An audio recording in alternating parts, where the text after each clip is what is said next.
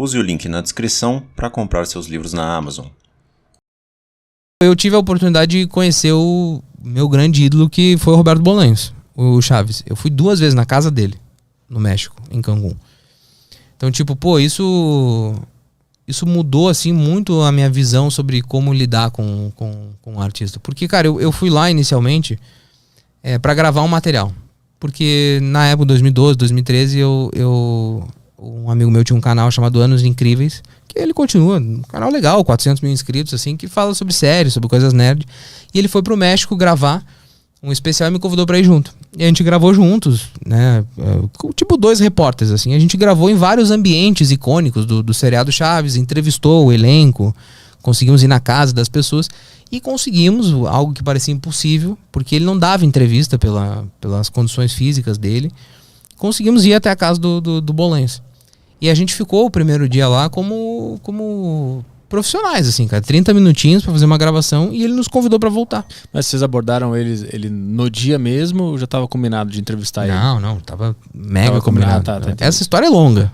Toca, mas, ficha, não tem problema. Cara, a história basicamente é o seguinte, cara. O Fábio Ribeiro, esse meu colega, ele fez um desenho. Ele é desenhista, ele fez um desenho do Chaves e marcou ele no Twitter.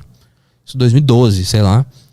Gostaria muito de te entregar pessoalmente e tudo mais. E o Roberto respondeu. Tudo bem, aceito o presente. Pô, bacana, legal. E aí ele tentou ir pro México e tudo mais, mas sempre foi muito confuso, não dava certo, porque só tinha um tweet do cara te dizendo que te recebia, mas efetivamente mais nada além disso. E teve um evento que a Televisa fez em homenagem ao Bolanhos, que se chamava América Celebra a X-Período, que eles escolheram fãs de todos os países da América Latina para participar de um evento lá no México. E aí eu fui um dos escolhidos no Brasil. E um desses prêmios era conhecer o Roberto, só que ele passou mal nesse dia no evento, ele não atendeu ninguém e a gente acabou não conhecendo. Então éramos 2 amigos com frustrações distintas do mesmo motivo. Pô, chegamos muito perto, eu cheguei a estar no México, eu cheguei a estar do lado dele e não consegui conversar com ele e tudo mais. A gente começou a apurrinhar as pessoas que a gente conhecia. E aí entra um fato interessante, quando você quer conhecer um artista, né? Estuda o contexto, quem tá perto dele, pra você tentar chegar nele de alguma maneira. Pô, eu fui recebido por uma pessoa lá da produção, quando eu ganhei esse concurso. Então já trocava e-mail com essa pessoa. O Fábio tinha falado com a filha dele nessa época do desenho. Então a gente ia apurrinhar, gostaríamos muito, vamos pro México gravar. Começamos 1 ano antes. Aí, uma intensa negociação e tal. Até que veio a fatídica resposta, tá bom, topamos. Ele nunca tinha conversado com um canal no YouTube, com nada assim, fora da imprensa tradicional. Vocês podem ir dia tal, ele vai receber vocês meio-dia na casa deles em Cancún. Caralho, vamos, bora, show de bola. Aí ele ia nos receber numa terça-feira, a gente chegou lá segunda. Não, perdão, ele ia nos receber no sábado, a gente chegou segunda. Pô, 1 semana antes praticamente. Pra chegar com antecedência, dar tudo certo, não ter nenhum problema. A gente chegou no hotel na segunda-feira, o telefone tocou. E fala, o Roberto não vai poder receber vocês amanhã. Aí os 2, puta merda, já a história tá se repetindo. Não vai poder receber vocês no sábado. Só vai poder receber vocês amanhã. Aí, putz, só que a gente tava na cidade do México, ele morava em Cancún. É a nossa única chance. Já descartaram o sábado, que era o previamente marcado, só pode ser amanhã, vamos. A gente gastou todo o dinheiro que a gente tinha, né? Porque tu comprar uma passagem no dia da viagem tu dar um rim, né? A gente gastou toda a grana que tinha e foi pra lá. E aí gravamos, cara. Nos receberam, foi emocionante demais, cara. Porque eu vi ali realmente o meu ídolo de infância, quem eu acompanhava desde criança. Totalmente diferente da TV, né? Obviamente. Mas, foi muito foda. E aí, cara, a gente foi com uma vibe tão legal, tão respeitosa, que no final da conversa, eu por muito tempo não falei isso pra não prejudicar quem trabalhava lá. Mas no final da conversa, a empregada nos chamou e falou, olha, ele tá convidando vocês pra voltar aqui no sábado. Caralho. No dia que tava previamente marcado. Poxa, show de bola, vamos voltar. E a gente voltou, e aí, ele tava sozinho em casa. Ele e uma empregada, e a gente passou uma tarde inteira com o Roberto Bolanhos. Fazendo o quê? Cara, fazendo de tudo. Foi tipo assim, um avô encontrando os netos. A gente ali entendeu que nós não estávamos mais na casa dele como profissionais e sim como amigos que ele tinha convidado.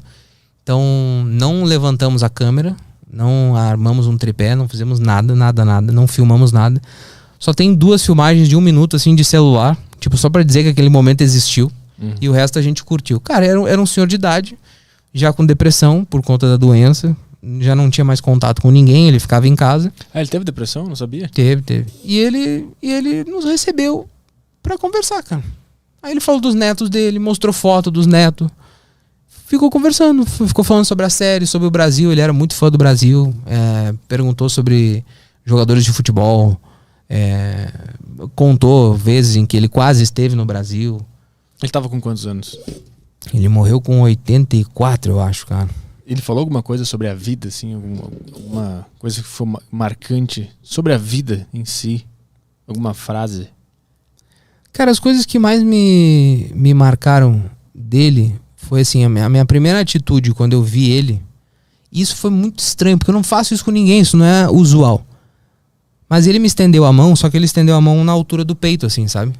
Tipo, pra cumprimentar. Só que ao invés de fazer assim, ele fez assim, tipo, de cima pra baixo, no peito. Aí eu peguei a mão dele e dei um beijo na mão dele. Um senhor de idade e tal, né? Não vou abraçar, meio invasivo, assim. Peguei, muito prazer e tal, e dei um beijo. Aí ele deu um tapa na minha mão. Falou assim, não me beije, não sou um rei.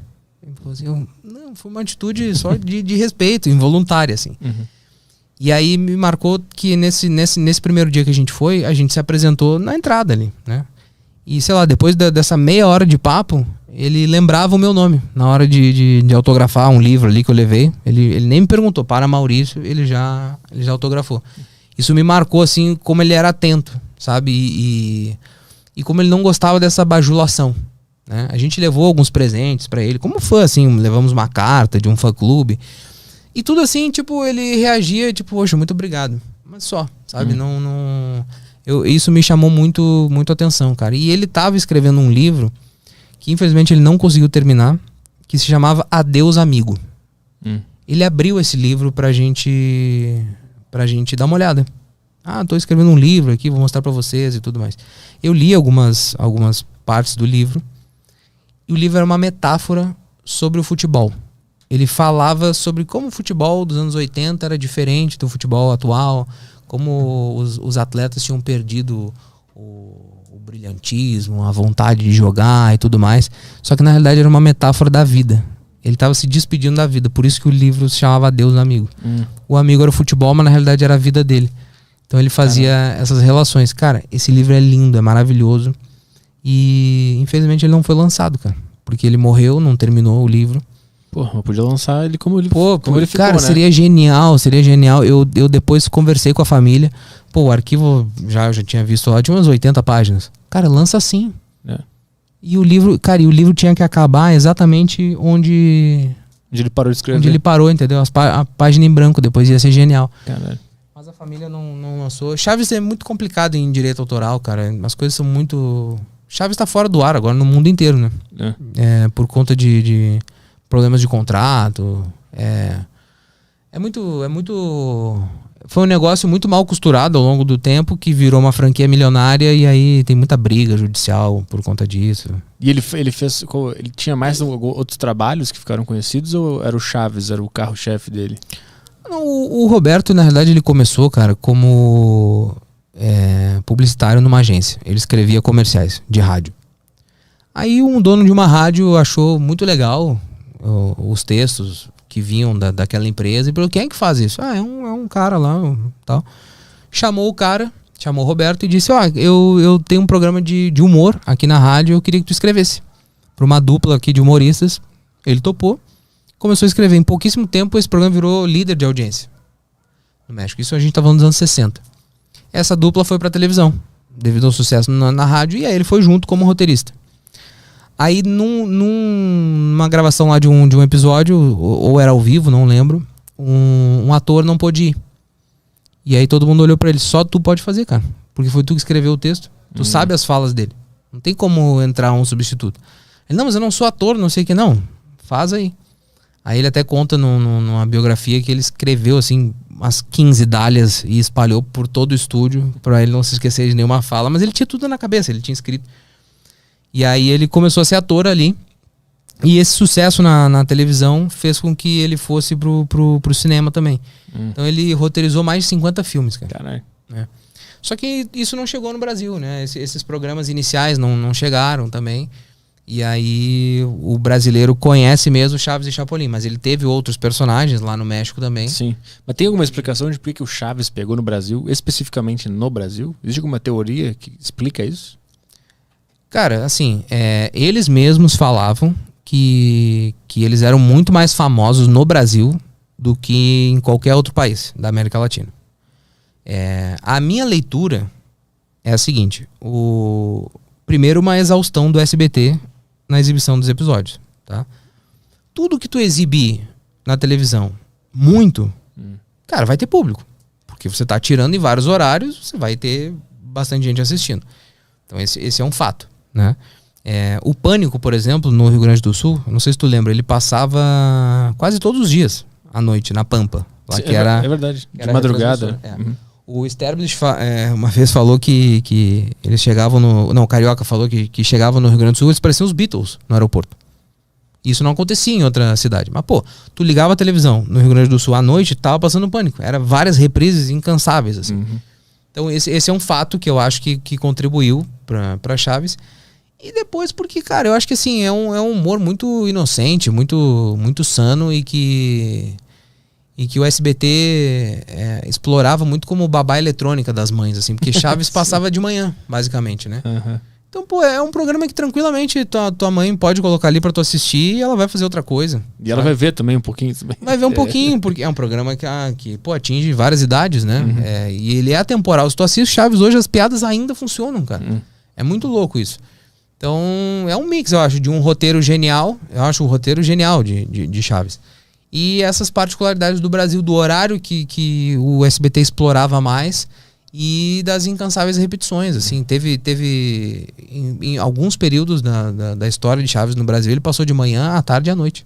Tu era muito fã do Chaves quando era criança? As primeiras memórias que eu tenho da vida são eu mexendo no VHS, assim, tentando gravar Chaves, botando Chaves pra assistir. E depois tu conheceu todo mundo que tu pôde conhecer? Depois, cara, não é assim, o cara é fanático. Não, parei de assistir depois. Mas, tipo assim, é uma coisa que me acompanhou durante muito tempo. Eu passei minha adolescência em fórum de discussão de Chaves. Lembra a lista do Yahoo, aquelas coisas que tinham? Era como fãs se comunicavam antigamente. Em eventos e tudo mais. Mas normal, assim. E aí depois acabou virando profissão. Caralho. Foi isso. Outros avisos, para você que quiser interagir aqui na live hoje. Tem o link que está fixado no chat para você mandar as mensagens na plataforma do flowpodcast.com.br. Pode mandar as mensagens através das Sparks, que são as moedas lá da plataforma. Você também pode mandar mensagem pela sacocheio.tv, o link também está na descrição. Os assinantes da Saco Cheio TV têm acesso ao grupo do Telegram. Então lá no Telegram você pode mandar mensagens pra gente. Aqui a gente vai ler sempre o Telegram primeiro.